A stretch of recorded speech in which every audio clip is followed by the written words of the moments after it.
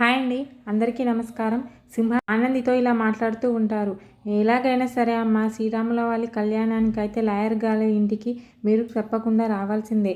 బిడ్డను కూడా నువ్వు తీసుకురావాల్సిందే. మీ అత్తయ్య గారితో మాట్లాడు. ఏం చేస్తావో ఎలా చేస్తావో నాకు తెలీదు. రాముల వారి కళ్యాణానికి అయితే రావాలి అని చెప్పి అంటూ ఉంటాడు సింహాద్రి.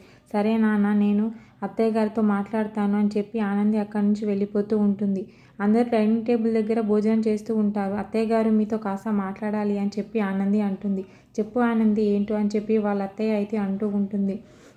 అది ఏం లేదు అత్తయ్య గారు, నాకు తెలిసిన వాళ్ళు శ్రీరాముల వారి కళ్యాణానికి అయితే జీవనని మరియు చైతన్యని పిలిచారు. అక్కడికి వెళ్ళాలి అత్తయ్య గారు అని చెప్పి అంటూ ఉంటుంది. ఆ మాటలు విన్న జీవన అయితే అలా చూస్తూ ఉండిపోతూ ఉంటుంది. ఏంటి కుట్టి ఇలా మాట్లాడుతుంది అని చెప్పి. చైతన్య కూడా ఒక్కసారిగా అలా చూస్తూ ఉండిపోతూ ఉంటాడు వాళ్ళ వదినని అయితే. వెంటనే ఆనంది అయితే వాళ్ళ అత్తయ్యతో ఇలా మాట్లాడుతూ ఉంటుంది. అలాగే ఆదిత్య గారిని నన్ను కూడా రమ్మని పిలిచారు అత్తయ్య గారు అని చెప్పి అంటూ ఉంటుంది. ఆదిత్య అయితే ఇంతకీ పిలిచిన వారు ఎవరు అని చెప్పి ఆలోచిస్తూ ఉంటాడు.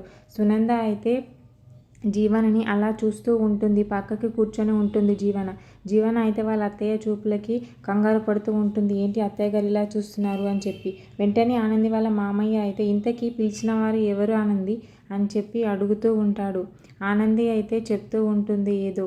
మరి జ్యోతి వాళ్ళ గురించి చెప్తుందా, మరి పిలిచారు అని చెప్తుందా, వాళ్ళ అత్తయ్య మరి ఏమంటుంది, ఆనందిని ఏమంటుందో అండ్ నెక్స్ట్ ఎపిసోడ్లో చూద్దాం. సునంద అయితే ఆనందిని చాలా కోపంగా చూస్తూ ఉంటుంది.